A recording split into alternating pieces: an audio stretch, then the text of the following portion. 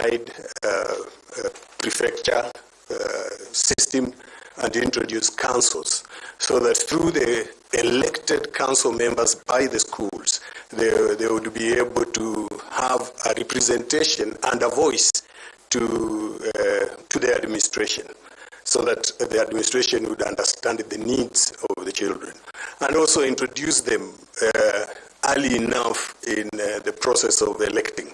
And that's why I even prepared a toolkit that would help my colleagues manage elections for students, and also manage the councils themselves. So I believe that gave me an experience. Other challenging issue in 2014, as a principal of Chavakali High School, I had a total of 364 students sitting for the national examination. And the previous year, the school had just performed very well and were position 8 nationally. So that year, the 2013, the year that followed, we had our results. Out of the 364 candidates, only 4 candidates got results. The remaining 360 were cancelled.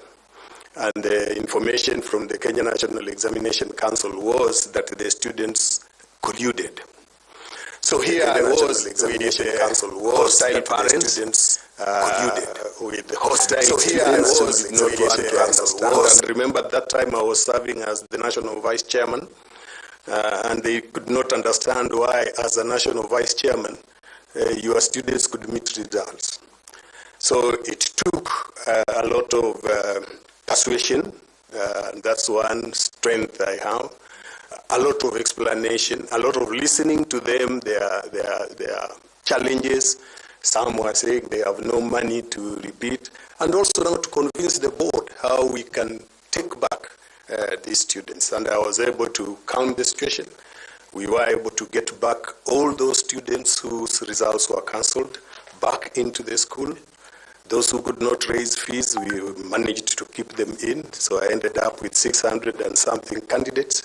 And that year, they sat the exam, and they did very well, even much better than the group that we were bringing in Form 4 at that time. So I think those challenges prepared me well to face any challenge that can come with this responsibility. Thank you very much, sir. And I wish you all the very best. Thank you, Chairman. Thank you, Madam. Okay, Madam Carol. Thanks. Hello, good afternoon. Good afternoon, Madam Carol. Again. So the Article 38 again of the Constitution provides that every adult citizen has the right to vote without unreasonable restrictions in a secret ballot. How does the law guarantee the right to vote through the secret ballot?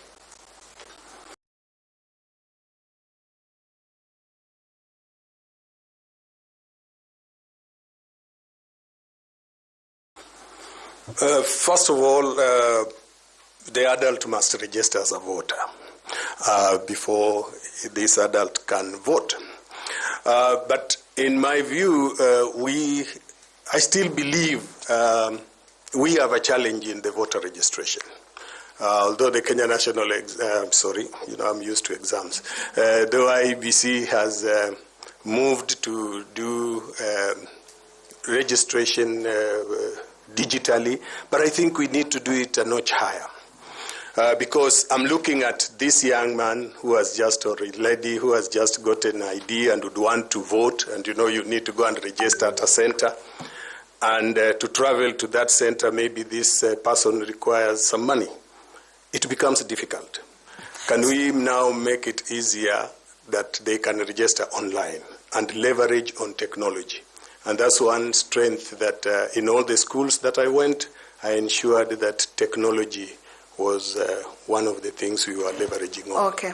So when your youth has been registered and they're able to vote. So how does the law guarantee or ensure that the secrecy of the ballot is upheld? Once they vote, and they vote in secret ballot, and they put their ballot in the ballot box, it is believed that they have not been able to expose whatever they have done, and that counting will be done, and this counting will be transmitted in the way that it is prescribed without any interference. Is the secrecy of the ballot important in any way, and why? It is very important because if it is not, then there is a possibility of allowing coercion for those who are out there being maybe forced to go by what you are doing. Supposing a prominent person comes to vote and exposes what he has done, influences, he or she influences the other. So when it is done in secret, nobody knows what you've done, you do your part and leave. Thank you, Chairman, and all the best, Mr. Indumiri. Thank you, Madam. Thank you. I now go to Ambassador Kokimoli. Ambassador, please. Thank you very much, Chair. Mr. Kahi. Yes, Madam. We have been discussing a lot about the suspicion that accompanies Iebc because of low confidence rate, because of the trust deficit. We've been discussing this since we started interviews. And we are actually looking for genuine ways in which to improve the image of the Iebc, to enhance trust so that people can have confidence in the process. If you are successful, yes, just tell us from your extensive practical experience how you will help Kenya to achieve this objective, these two objectives. One, in order to deal with trust, the commissioners themselves must begin by trusting each other. Then the external people will trust them. And I believe to build this trust, there must be very clear channels of communication, which leaves no doubt to anybody who would like to get information. When I need the information, I should get it, so that it does not appear that Iebc is surrounded in some secrecy that nobody is able to know what is going on. So, constant communication, listening to the concerns of the people, quickly addressing the concerns, and giving feedback when the concerns have been raised. I remember when I became the national chairman of Kesha, my task was to ensure that Kesha is known. And one way of doing that was to listen to the cries of the members, communicate these concerns of the members to the offices that required, or come forward and respond to concerns by the parents. And by the time I was leaving, I think everybody in the country knew that there is a heads association called Kesha, because we made it visible, we communicated, we represented, I represented my colleagues in various bodies. For example, during the COVID-19, I sat on the education response, COVID-19 response team that worked on the calendar, and I feel very proud that I was part of the team that worked on that calendar, and we were able to resume. I have served also as a member of the task force on the implementation of CBC that was chaired by Professor Fatuma Chege. So long as you are able to communicate internally with your colleagues, and then externally to the other people, people will still will build confidence and build trust. But number one, you must trust each other. Even in this room, if you don't trust each other the way you are working, then whatever you'll come up with, somebody can say it is not right. But I believe trust, believing in each other's strength is very important. That's right. Thank you very much, Mr. Kahi. Thank you very much, Chair. Okay, FCP Etanui, please Thank ask you, some Chair. questions. Yeah. And Bwana Indimuli, Yes, CPA. one of the things that we are looking for a member of IEBC is issues of for somebody with governance skills, leadership skills, given the challenges that we've had in terms of trust in IEBC. I think in the morning we are talking about the confidence levels of IEBC. And that confidence levels will basically be affected by the membership, whether people believe in the members, the chair and the members of that commission. Now, you are the chair of, you call it KESA. Kenya Secondary School Heads Association. From 2017 to 2023. Yes. And this was the period, I think as a country, we were experiencing a lot of examination leakages. And this was the time when Dr. Fred Matiang'i introduced some reforms in the management of examination. Yeah. Mm-hmm. And I think there was even a time of several fires in schools. Yes. You being the chair of all the secondary school heads, and the fact that there were a lot of examination leakages. In fact, there were reports that even head of institutions, which you are chairing now as a chair, that they were demanding a motivation fee.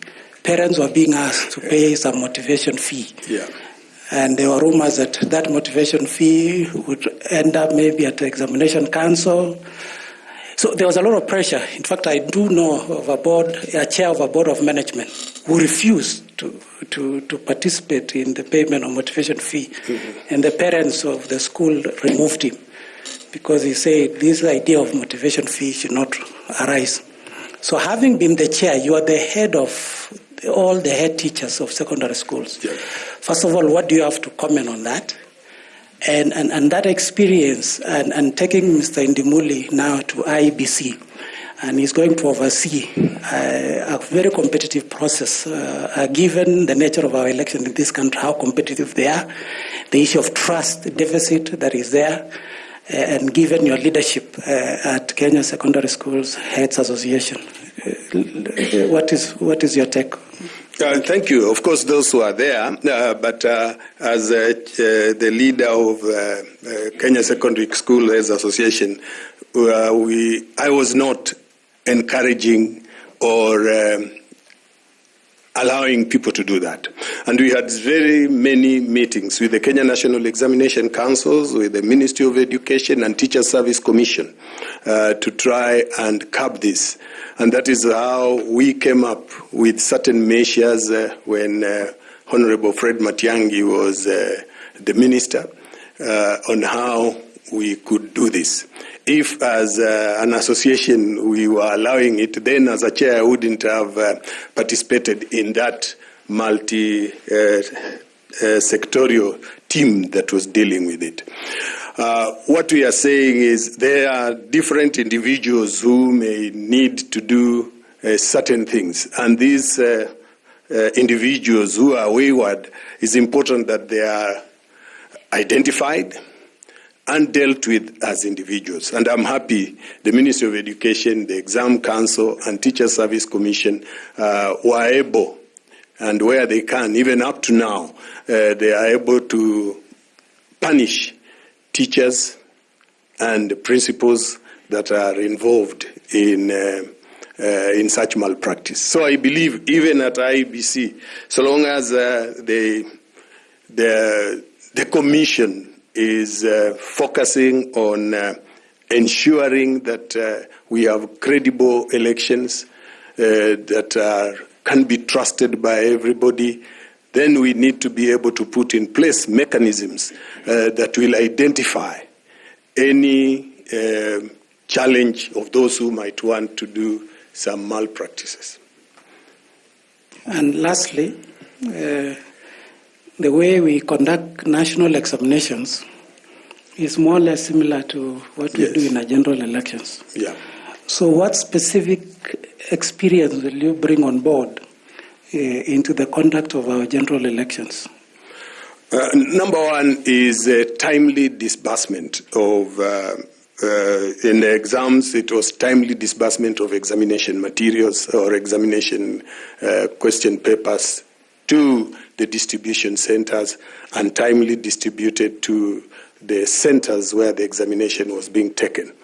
It is this timely distribution that is very key, so that if we are able to say we are beginning voting at 6:30 or at 7 a.m., before that time, before that 7 a.m., the voting materials and all the personnel are seated and ready to begin at 7. What I've noticed is we've not been doing that. And then you find that there are situations where some areas voting is beginning late, there are floods and what. And we should borrow a leaf from Kenya National Exam Council and Ministry of Education. We need to invest a little more to ensure this. Where we cannot reach by road, Kenya National Examination Council and the ministry have hired choppers. We should be able to do that rather than just wait people will reach by normal means. If we really want everybody to believe, we must be ready to invest in ensuring that our times are met the way we have put them down. Thank you very much, and I wish you all the best. Back to you, Chair. Thank you. I want to invite Evans Misati to ask you some questions kindly. Evans. Thanks so much. I also want to ask you one question, Alfred. Yes, Bwana Misati. You have been a teacher, and you have been dealing with students and parents. Now, from your understanding, IEBC has got the commissioner and the secretariat. The head of the secretariat is the CEO. Yes. Could you please let this panel know how you will handle the challenge of election workers working for long hours and getting fatigued, and at the end of the day, those options of making errors? How would you handle it? Or what, they get exhausted and then they can make errors. What would you propose as a solution to that? Just as I said earlier, we should be ready to invest, and we can invest in two ways. One, ensuring that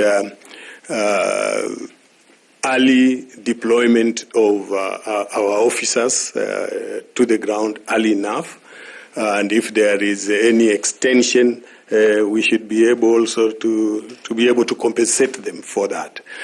Many times when people or workers know that they will be compensated for the extra time, they will always want to put in their best. Secondly, at the point of recruitment of how do I put it, the temporary staff that we do, the recruitment must be very, very thorough in looking at the ability of the person to withstand long hours, because that's also an area of risk when we don't look at that. Yeah. Are you able to, when you are doing recruitment, are you able to establish who can withstand long hours? You can establish by way of asking, by way of throwing a scenario to this person to be able to see how he can manage the scenario. Just like the questions you have been asking us, they are helping you determine whether this person can manage the responsibility. Yes, the last question as a follow-up to that. Yes. What do you think about this staff having breaks? Because these are human beings. What do you propose about having some breaks in between so that they can be able to optimize their performance. Now, if we are looking at the staff having a break during the voting period or at what period? During election time. If you want them to have breaks, then you will need to double the staff because voting is continuous. You've opened at 7 and you are closing at the specific time. And I don't think in the regulations or laws that we have, there is time to break. And then if we have to give them a break, then we need double the staff so that when this staff is taking a break, the other one is taking over and voting continues. When we were dealing with the COVID-19 challenge, there were proposals that we can have the schools reopen, but we reduce the number of students in school at any particular time. Have the half come in for a period, and then the other half come in for another period. Then the question was, how do you handle the teachers? Because when they are teaching that half, they will have maybe their 26 lessons per week. Are they going now to teach 52 lessons? So it meant we needed double the number of the teachers. So that was put aside because it was not going to be tenable. Yeah. Thanks so much, and I wish you well. You have answered the question. Okay, Ms. Fatuma, please come on. Thank you, Chairman. Mwalimu, I take this opportunity to thank you. Thank you. For the good service you've done for this country. Thank you very much. And so many of us young educators are always looking up to you, and it's good to meet you in person. Thank you. Having said that, inadequate understanding of the electoral processes has been one of the key challenges in stakeholder involvement, effective stakeholder involvement. Mm-hmm. If you get a chance to become a member of the Iebc Commission, what strategies would you put in place to help correct this anomaly?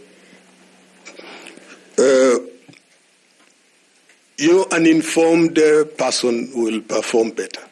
I would want to engage more in ensuring that my stakeholders are well informed by having constant consultation meetings.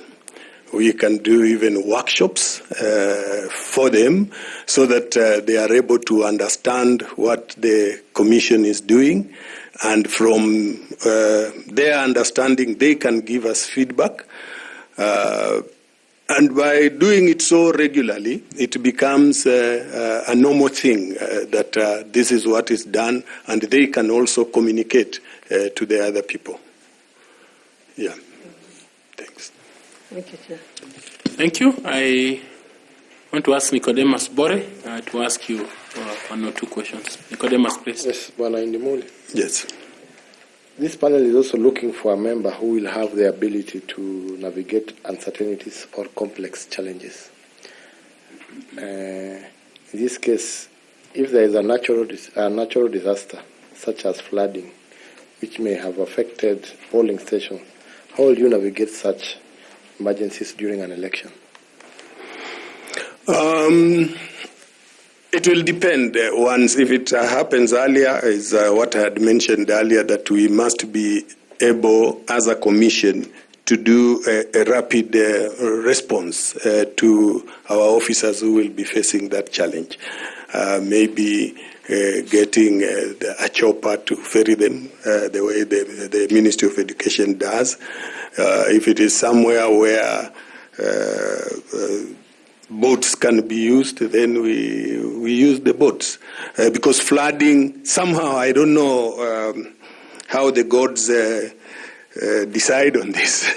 Whenever we have elections, there will be a lot of rain. Whenever we have examinations, there will be rain. So in our planning as a commission, we must plan for any eventuality. So key in this is the prior planning as we approach the election time, collaborating with the the weatherman to be able to alert us and tell us their forecast for a given number of days, so that we incorporate that forecast into our planning, so that the rains do not just come and find us as if we were not aware. So we need to collaborate with other entities that can support us in ensuring that we have a smooth process. And as a educationist, do you think it's important to have voter education from an early age, so that we can inform the youth and the children growing about the future of voting? It is very important to have both of them going on at the same time, civic education and voter education. And I think at Kenya Secondary School Aids Association, when we were bringing in the idea of elections of student councils, was one way of ensuring that the students start experiencing the voting process.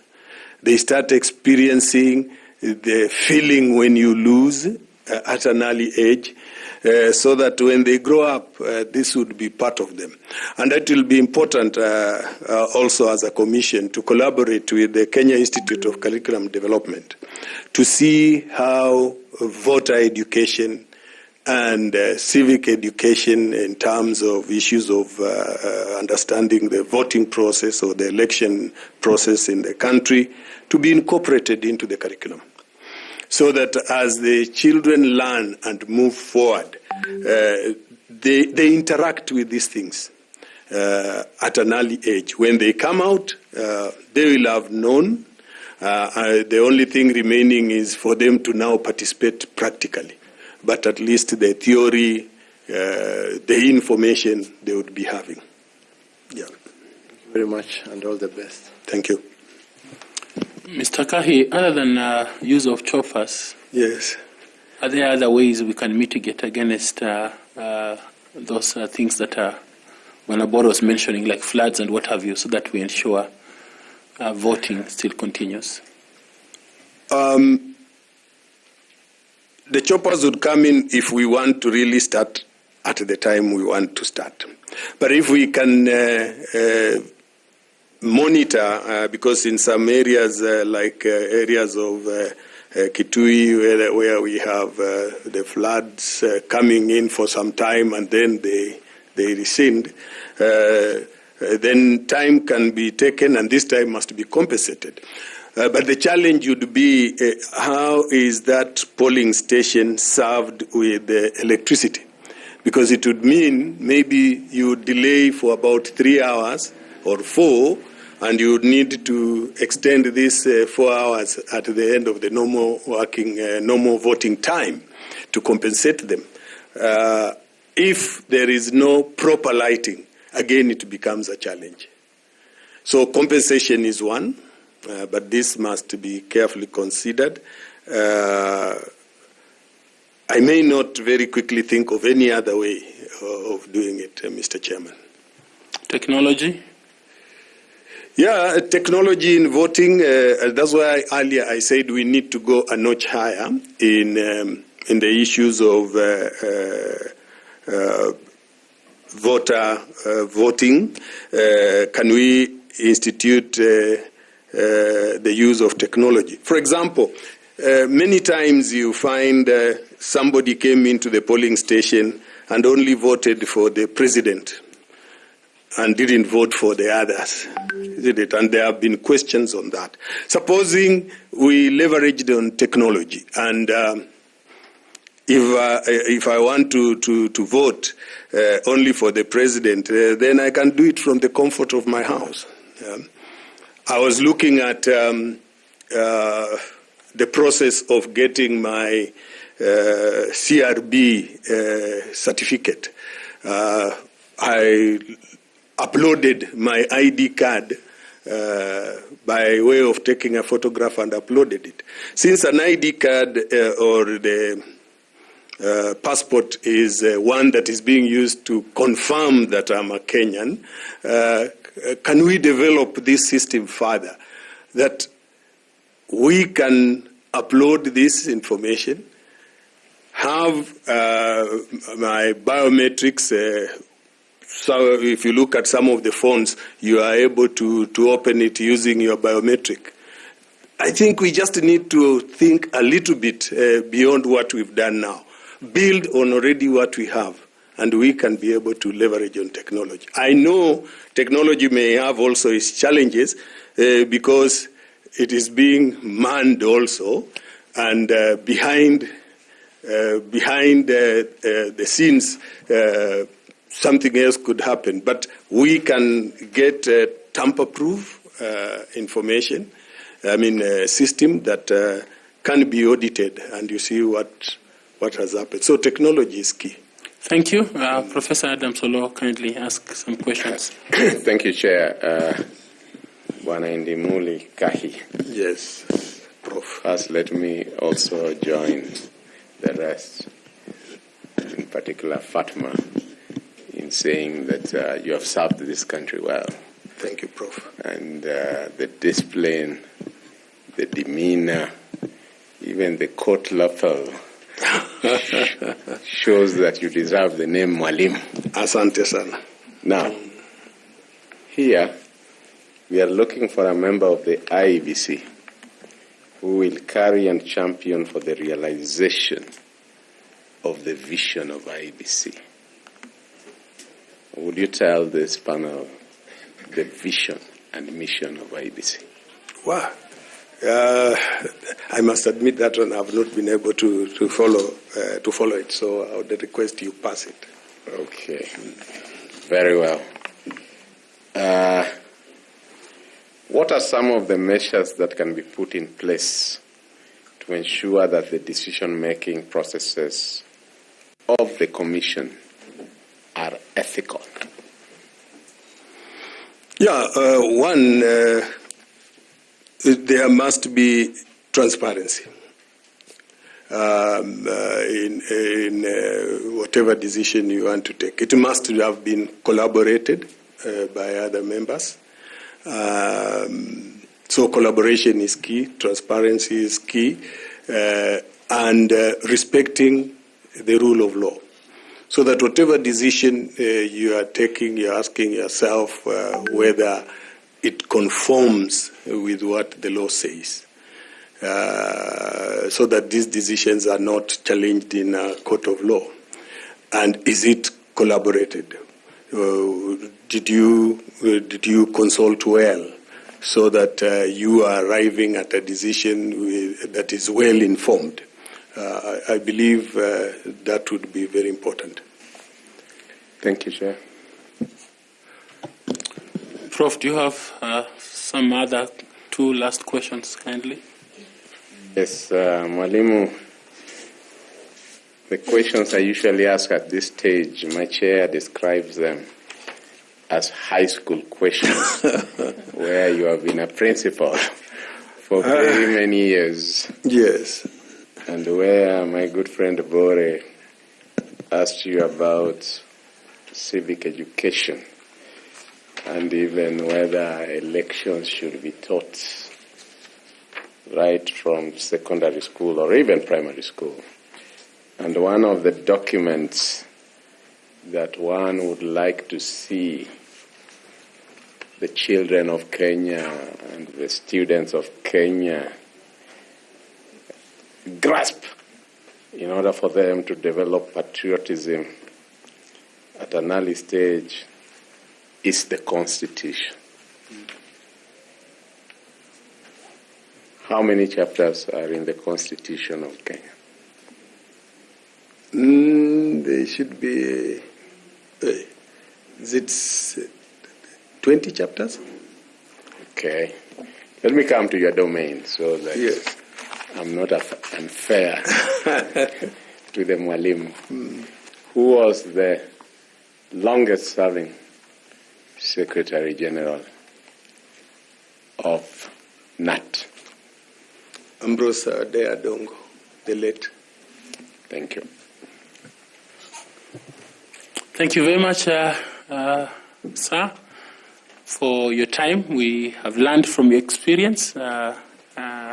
vast experience, and we are grateful to God that you could avail your time, and grateful to you for your time. I want to ask you whether you have any question or comment or whatever it is that you would like to say to this panel so that we can be able to conclude the process with you. Please. Thank you, Chair. First of all, I will not have a question, but just an appreciation, because as a Kenyan, I offered myself following the advert. And looking at the long list that was published, there were 1,800 of us who had shown interest. For me to have made it to the 105 or so of them is, I would say, it's by sheer luck. And I want to thank you for having looked at my documents, and you felt that you needed to hear from me more. So mine is just to appreciate and say that I'm privileged as a Kenyan to have reached this far, and still say that I believe that I have what it takes to serve this nation. I still believe I have the energy that I used in the various schools I taught in and in the various positions that I held to serve the commission. But by and large, it's just to appreciate. You have given me a chance and you've listened to me. Thank you very much. Karibu sana. It was not by sheer luck, it was by merit and other constitutional requirements that you met, and so we asked you to come, and we congratulate you for asking that you could be interviewed. Thank Blessings you to you. Please remember to pick your certificates. Yes. There's some water there, and if you have your notebook, you can also carry it. I'll carry it as a souvenir. Thank you. Blessings to you. Thank you very much. Thank you. Am I allowed to go with the pen too? Yes, please. Thank you, and wish you all the best. Thank you.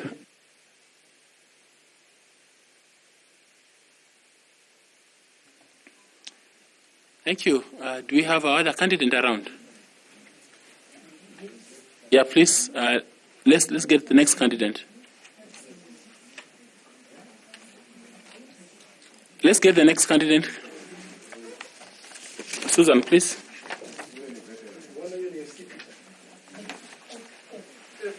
FTC.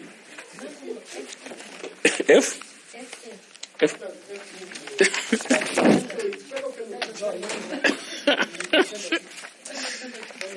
Fellow teacher.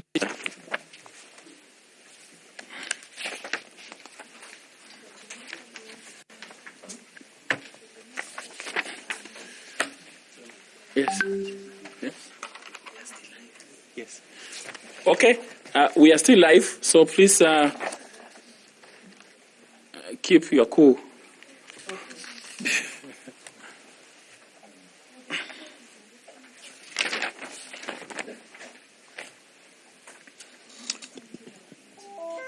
Our next candidate is Alinur Hussain.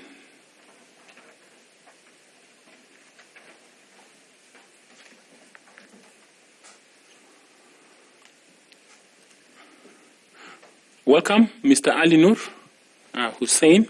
Please have a seat. Thank you. My name is Nelson Makanda. I am the chair of this panel.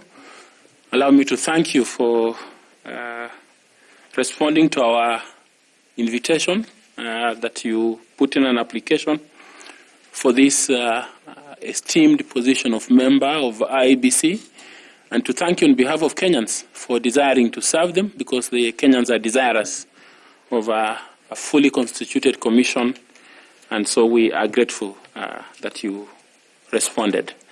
Allow me to ask my colleagues here to introduce themselves to you, and then after that we'll come back to you. Linda. Thank you, Chairman. Good afternoon, sir. My name is Linda Kiome. I serve this panel as the Vice Chair. I want to take this opportunity to welcome you to this interactive session. Karibu sana. Bwana Hussein, Habari ya adhuhuri ama ni jioni? Habari ya jioni ni nzuri sana. Karibu. Asante, naitwa Bwana Andrew Tanui, mwanachama wa chopo la uteuzi, na karibu. Jambo, Mr. Hussein. Jambo, madam. Naitwa Caroline Kituku, a member of this panel. Thank you. Jambo sir. Mimi niko hapa. Oh, yeah. Naitwa Nicodemus Bore, member wa hii panel. Asante. Assalamu alaikum. Wa alaikum salam wa rahmatullahi wa barakatuh. Fatma Ali Saman, a member of the panel. Thank you. Good evening, Mr. Hussein. Evening to you. Karibu sana. My name is Koki Muli Grinyo, and I'm a member of this panel. Thank you. Good afternoon, Hussein. Afternoon to you, sir. My name is Evans Misati. I'm a member of the selection panel, and karibu sana. Shukran. Thank you. Now we come back to you, Mr. Hussein, and we would like you to introduce yourself to us and briefly mention your profile and why you are suitable for this position. Kindly. Thank you, Mr. Chairman. My name is Ali Nur Hussein. I come from Wajir County. I started my primary school education in my early years at a place called Tarbaj, in Tarbaj Primary School. I completed Tarbaj Primary School in 1977. That time we were doing 7 years in the primary school. We did what we call the Certificate of Primary Education, CPE. And I proceeded to Wajir High School, where I did my Form 1 to Form 4. After completing my Form 4, and from my own humble beginning, I decided I needed to start going to a college where I could get some employment very fast. And as a result, I was admitted to a teacher training college in the name of Machakos Teachers Training College, where I pursued a P1 course at Machakos Teachers Training College. I completed my studies at Machakos in 1986, and by 1st of May 1986, I got my appointment letter as a teacher to go and teach in schools, primary schools in Wajir County, which was Wajir District then. I served in various schools in Wajir District, and after working for some time in schools, primary schools, I decided I needed to go further. And therefore, I sought for admission at the university, and I was admitted at Kenyatta University for a degree program in the year 2000. I pursued a degree in special education and business studies, and I completed my degree program in October of 2003. The moment I graduated, I was straight posted to go and teach at Teacher Training College, and I was posted to Kilimambogo Teachers Training College, where I served as a tutor for about 3.5 years. And then I requested to go back home and work in Wajir, and I was transferred to a secondary school called Sabunle Secondary School in Wajir. I barely taught there for a year, and I decided I needed to look for a greener pasture, and there was an advertisement from the Public Service Commission for children officers. So having dealt with children as a teacher, I felt it was a good place for me to move. Therefore, I applied for that job. I was interviewed by the Public Service Commission. I was successful, and I was taken as a senior children's officer and later as a chief children's officer, and I went to serve as a district children's officer in Mandera County. I worked there at the children's department until 2009, December, when immediately after the defunct Electoral Commission of Kenya was disbanded, and there was an advert for the interim independent Electoral Commission, I decided I wanted to go there again. So I made my application, I was called for an interview, I was successful, and I was picked as one of the first staff to form the constituency elections coordinators.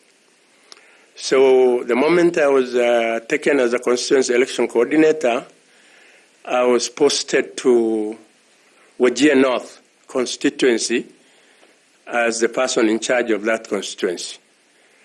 And in Wajir North is where I conducted the 2010 referendum as the returning officer. I stayed there until 2012 when we were transiting to the Iebc after the promulgation of the Constitution, 2010 Constitution. And the moment we moved to Iebc, I was transferred to Kikuyu constituency in Kiambu County. That is where I conducted the 2013 general elections as the returning officer. Then I stayed there until 2016, when I was again moved to Eldas constituency in Wajir County.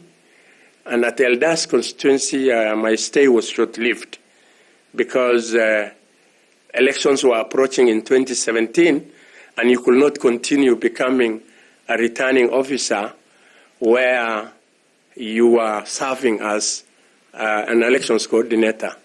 So I conducted the voter registration, the voter education, all the other parts of the electoral cycle that lead to a successful election.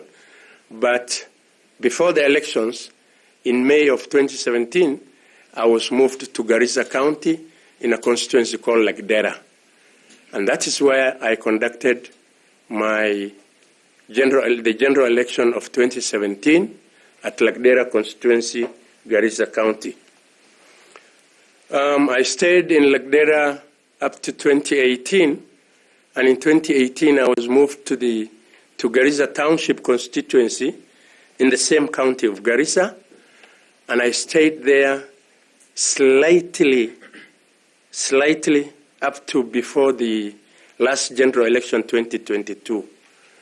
I was moved to Balambala constituency, which is again in the same Garissa County, and I virtually stayed for a month in Balambala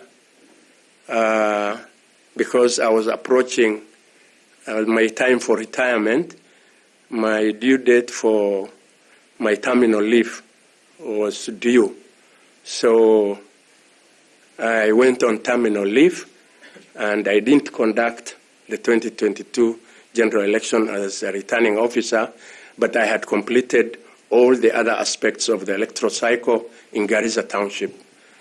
I want to say that when you are an elections coordinator in a constituency, both at IIEC and at Iebc, you have so many responsibilities on your shoulder. One, you become the elections coordinator, you are an administrator. Maybe let's end it there and ask Linda to pick up, and then you can respond to those things. Okay. Madam Linda, please. Thank you, Chairman. Now, in the course of your duties, since when you were a headmaster to when you became an officer at the Iebc, both the interim and now the substantive commission, what experiences have you encountered in your career journey that have tested your leadership skills? And would you like, and if you have encountered, would you like to share the same with this panel? Thank you. Sure, yes. Thank you, Madam Linda. from having been an officer who has served this country for the past about 36 years in public service, I can comfortably say that I have gained a lot of experience in terms of when I was a teacher, I rose through the ranks to become head teacher of a school with over 3,000, 4,000 pupils, and you're managing the teaching staff and the non-teaching staff who could number sometimes up to 40, 50 teachers. And it gives you the capacity to manage human capital because everybody in that school, whether it is the pupils who are the learners, the teachers, the non-teaching staff, all of them are under your leadership. And therefore it gives you the experience to manage all the activities of that school, including the human resource. Moving on, when I was posted after my degree program and I was posted as a tutor to Teacher Training College, I was training adults, people who are going to go and mold our young children. And when you are dealing with those people, you require the aspect of management in you because anything can happen. These are people who are almost of your age, and you must handle them very critically. They are very delicate situations you will meet with when you're handling them, so that is another part. After moving to the Iebc, which is the most critical part of my career as a public servant, we have had situations where you have to deal with members of the public. Sometimes during the campaigns, I realized, and I can share an example. In 2013, I was in Kikuyu constituency as a returning officer, as a registration officer, as the elections coordinator. And there were 8 candidates who were contesting the position of MP. By the way, that is the first time the current majority leader of parliament was venturing into politics. That's the first time he came in. And I do remember at one time he was addressing some campaign rally, and one of his opponents within the campaign hired what we could call some goons, and his function was disrupted, and there were a lot of problems, which prompted me to immediately talk to the DC then, who was the chairman of the District Security Committee, and all the members of the Security Committee to convene a Security Committee meeting immediately, and I had to present my case, and I had to ask them to provide security for these people, and I can assure you that when that election was over and the winner won, I was able to bring them together. And at the time I was presenting the winning certificate to the incoming MP, I made sure that all the 8 were shaking their hands. And that is where it started, the issue of employing goons and trying to put goons into the other person's function. But later, I ensured that these people came together and we left there. And by the way, in all the stations I worked, Madame Linda, I have never had a single petition. I have always used my skills to ensure that any issue pertaining to conflicts, I am a trained conflict resolution, and I always try to resolve that matter and have a sit down with these people. Thank you. Thank you very much, sir. Thank you, Chairman. Allow me to ask Karo Kituku to also ask you some questions. Karo, please.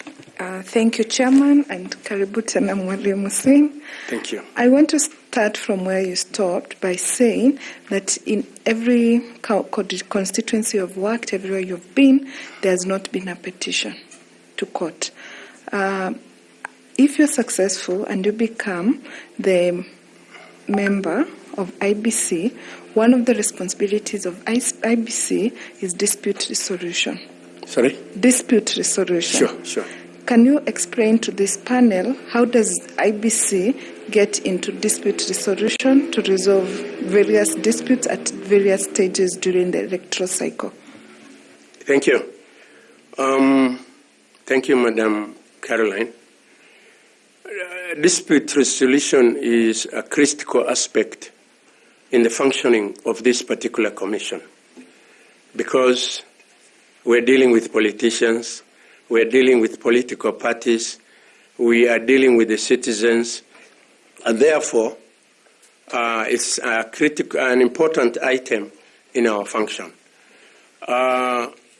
Normally, first of all, if I start from the level of where I have experienced the constituency, there is dispute resolution at the constituency level. Because when there is issues pertaining to candidate registration or nominations, it is incumbent upon the returning officer to resolve that matter. And by the way, in principle, when you're dealing with dispute resolution, there are key things you must put into consideration. First of all, you need to identify what is the essence of this particular conflict. And once you have identified the conflict, then you must accept that the problem exists. And once you have done that, you can go into the aspect of now resolving the problem.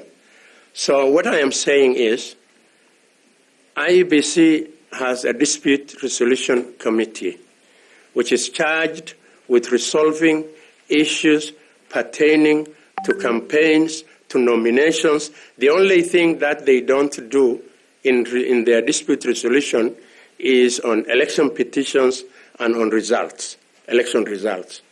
Every other item that comes through during the electoral cycle is a matter that is for IEBC to resolve. How do you do that?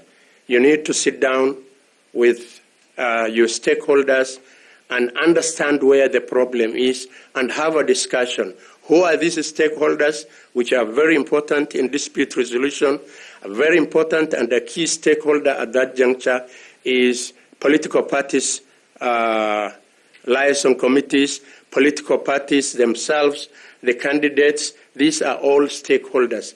And you need to sit down, establish the essence of that conflict, and once you know where the problem has arisen from, then it is easy to solve. These people are people who understand. Thank you so much, Mwalimu, and I wish you the best. Thank you, Chair. Thank you, Madam Linda. Thank you. Sorry, Caroline. Thank you. Yes, thanks. I ask Madam Koki to also respond with some questions. Thank you very much, Chair. Mr. Hussein. Yes, Ambassador. I have noted that you came in 2010 in the IEBC. Yes. And I'm sure through your experience, a very extensive experience, you have realized how every election year and even by-elections, the amount of money that is spent by candidates and their political parties is becoming colossal sums, huge amounts of money. Even now, I understand seeking the position of MCA, there is already a sort of minimum of how much, and then MP, then senator, then governor and deputy president and so on, and a women rep. Those people have to go.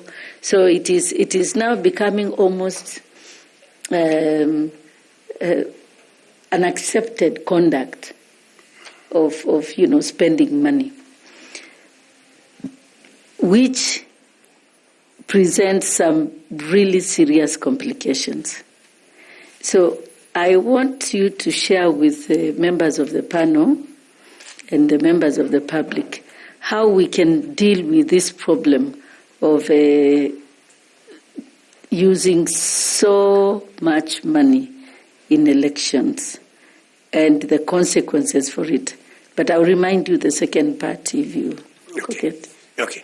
Thank you, Ambassador Koki. And by the way, just to remind you, I think you have trained me when I was in IIEC. So I am grateful for the good training you gave me. To go to the question, the expenditure, the amount of finances that are spent on campaigns are enormous. And Madam Ambassador, I agree with you that there are a lot of bottlenecks that comes with it. For example, today, a young man who has just finished his university education, who hasn't had a decent job, and who thinks he can do well in the field of politics, who wants to contest, may not be able to do so because of the amounts of money that our politicians are using during campaigns. It is just unimaginable. I would say that there has been an attempt to cap this position in the sense of the introduction of the Campaign Financing Act. But I'm not sure, and I know there are serious lawyers in the House, I am not sure whether the campaign financing has really gone into effect. But I know, because I was working with Iebc, it has not gone into effect, and I think if I were successful, and this panel nominates me as one of the successful candidates, I will impress upon my colleagues in the Commission that we need to sit down with JLAC of Parliament so that we have proper legislation coming back to the Campaign Financing Act, and we will ensure that this particular act is implemented, and these people, there are checks and there are controls on the amounts of money they are going to be using during campaigns. I hope, I don't know whether I covered the whole question, Madam Ambassador. Yes, you have included one of the consequences. Of course, there are many, but we don't have much time. So thank you very much, Mr. Hussein, and thank you, Chair. Thank you, Koki. Let me ask FCPA Tanui to ask you some questions also. Thank you, Chair. Bwana Ali Nur. Yes, sir. First of all, let me start by commending you for your growth in career. Thank you. Yeah, much appreciated. Now, you've been an officer at Iebc, sure, but more at operational level. So now you want to be in the field. In the field, yes. More of calling it operational or part of the secretariat. Mm-hmm. But now you're going to policy level. Sure. If you succeed, you'll be a commissioner. Indeed. And as you must be aware, your act provides that commissioners are supposed to deal with the policy development and oversight. Sure. So how do you transition? What do you foresee as the policy and strategic issues that you will help in formulating based on your experience as an operative, that you've been on the ground, you know how things are on the ground, but now you have an opportunity to sit at the policy level. So what is it that you'll prioritize in terms of policy review and development? Thank you, FCPA Tanui. True, I was at the operational level. I was the man implementing the commission policies at the constituency level. And of course, the backbone of the constituency, of the commission, because the mandate of the commission is conducting of elections and referenda, and both happen at the constituencies. Now that I am seeking to be at the helm at the commission, as a member of the commission, what do I want as policy to improve on what has already been there? I hope that is the question. Point number one, there is something that is so dear to me.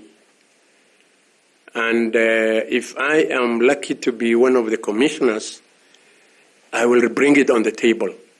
And this is the matter on voter education and civic education. At Iebc today, we have voter education, and in fact, it is a whole directorate. But the element of civic education is lacking. And I remember in 2014, when I was sent for studies to South Africa, University of Pretoria, by the Iebc,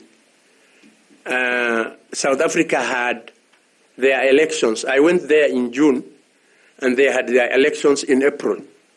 So they were dealing with the post-election evaluation. And we were paying a visit to their stations, and we were being taken through a lot of their process. And you can imagine, I can tell you today, that by June, when I was going to, remember, between June and April is virtually just 1 month in between. By the time I was going there, civic educators for the IEC in South Africa were already back on the ground preparing for the next general election. In our case, here, we do not have civic education, but we have voter educators. And even our voter educators, we try to wake up when we have a few months or virtually a year before the elections, and we try to do some work. So one of the things I will really ask is to incorporate the element of civic education to the Directorate of Voter Education, so that even the issue of public trust, which always comes back in terms of how Kenyans trust Iebc and so on. If we had robust civic education going on in the field immediately after general election, FCBA, I can assure you that this public trust will have been dealt with, people will have understood, because why are people not trusting Iebc? It's not necessarily because everything is about the ills Iebc is doing. Sometimes there is misinformation. I will start even with when I am a commissioner. One of the first aspects I will do is my communication. How does Iebc communicate to their stakeholders? Do we want others to talk for Iebc, or Iebc should talk for itself? I will deal with the media people, because these are the people every Kenyan is watching. What they say is what Kenyans believe in. So I need to sit down with media houses, and we need to know. Media houses need to get the information directly from the commission, so that I don't feel that media house has been biased against the commission. That are some of the things I would have come up with. Thank you. Appreciate and wish you all the best. Thank you, Back sir. to you, Chair. Thank you very much. Request Ms. Sati to ask some questions. Thanks so much, Ali. I also want to ask you one question related to, now that you have worked in IPC, the recruitment and the training of electoral officers, hiring and training of temporary staff, such as presiding officers and clerks. Now, in the past, we have had, I don't know whether it's a preference that you have been doing. Most of the people who have been doing that, they are teachers. Is there a specific reason why is the teachers who are usually hired? People have been saying, so if you have any specific reason? Yeah, okay, thank you. I hear you. Thank you, Bwana Msati. There is no specific reason, and I'm not sure that is the case for every place. But there are two issues. One, teachers are available at the grassroots.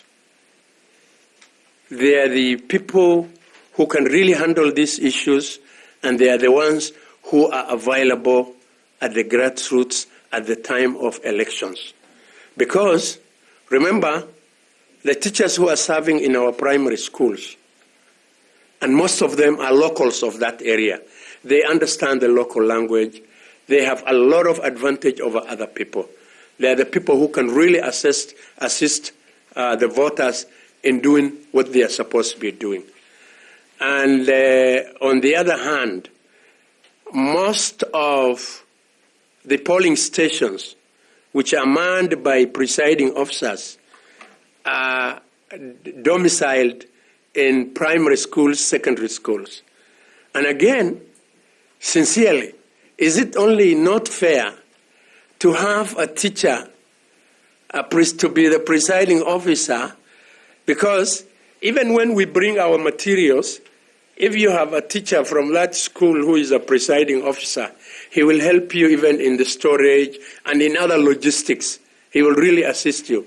So that is why most of the time, by the way, they are qualified for the job. They are qualified.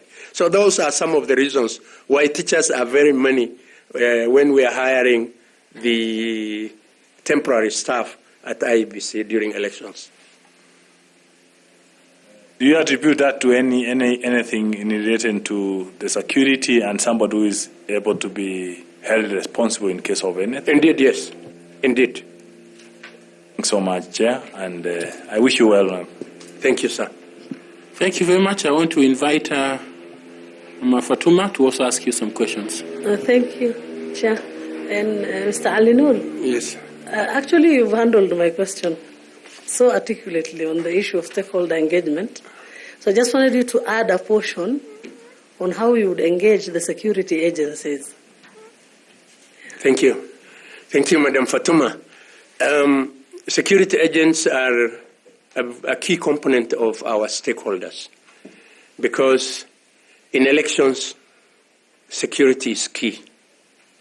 And therefore, it's important that whenever we are preparing for elections, we must bring on board right from the National Security Council up to down there at the constituency level, where we have the sub-county security committees. We must ensure that our staff are working hand in hand with the security personnel, with the district security committees, so that we are sure that the security of our staff and election materials are not at stake. I can say for sure that every time the question of security in elections comes in, I am hurt by the fact that I remember last election we lost my colleague, Abona Musyoka. May he rest in peace. Before that, I have lost a number of other colleagues. So security is very essential, and we must sit down with the National Security Council as a commission so that we work hand in hand to ensure the security of staff and materials of the elections. Thank you very much. I wish you well. Thank you. Thank you. Thank you. We now invite Nicodemus Bore to ask some questions. Thank you. Thank you, Chairman. When you are dealing with the Iebc as a constituency coordinator, at the same time eventually become a constituency returning officer, I'm sure you dealt with very sensitive electoral data. For example, during elections, politicians will come to you asking for the register for voters. Yes. How would you ensure the integrity and confidentiality of this information is held at very high standards? Thank you, Nicodemus. It's true, politicians come asking for register of voters at the constituency. But I want to explicitly say that it's not the work of the returning officer at the constituency to give that document to politicians. Registers are given to politicians, but they are given at a small fee at the commission headquarters. And therefore, there are checks and balances that the people who are responsible for doing that are supposed to do. But I think if any returning officer decides to give a register to a politician, that is wrong, it is not acceptable, and therefore that responsibility lies with the headquarters. Thank you very much. And you said you worked also in the north, the far-flung areas of the north. Northeastern. Yeah, the northeastern. Yes, sir. And the biggest practice is northeastern is where clans sit and organize themselves for the negotiated democracy. Do they involve Iebc in such? Not at all. And do you help them in coming up with are you an elder? No, I am not. You are not an elder? When I was at Iebc, yes, I was an Iebc official. And therefore, I have a duty. You know, at Iebc, you carry a lot of burdens on your shoulder. You are a returning officer, you are a registration officer, you are coordinating voter education. So on that point, when I am carrying on my duties as a voter educator, I speak in public barazas to tell them the qualities of choosing a good leader. That is part of my responsibility. And I am not telling my clan, I am not telling the other clan, I am at a public baraza engaging with the entire population of that area. But the issue of negotiated democracy, no, I am not involved. But now you are an elder. Sorry? Now you are an elder. I'm not still, because I don't feel even it is the right thing. As a professional, I don't think it is the right thing. Even at your age, you are not an elder. I may be an elder, but not in terms of negotiated democracy. Okay. Yeah.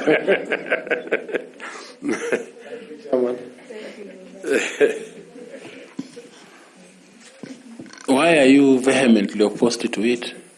The negotiated democracy? Yes. Yes, thank you, Chair. I am opposed to it because I have worked in an institution which upholds democratic principles. And negotiated democracy is not democratic. It is not democratic. So that's why I'm opposed to it. Excellent. Allow me to ask Prof to also come and ask you some questions. Yes, Alinur. Yes, Professor. Let me just start from there. You know, democracy is a continuum. It's a continuum. It's not a straitjacket.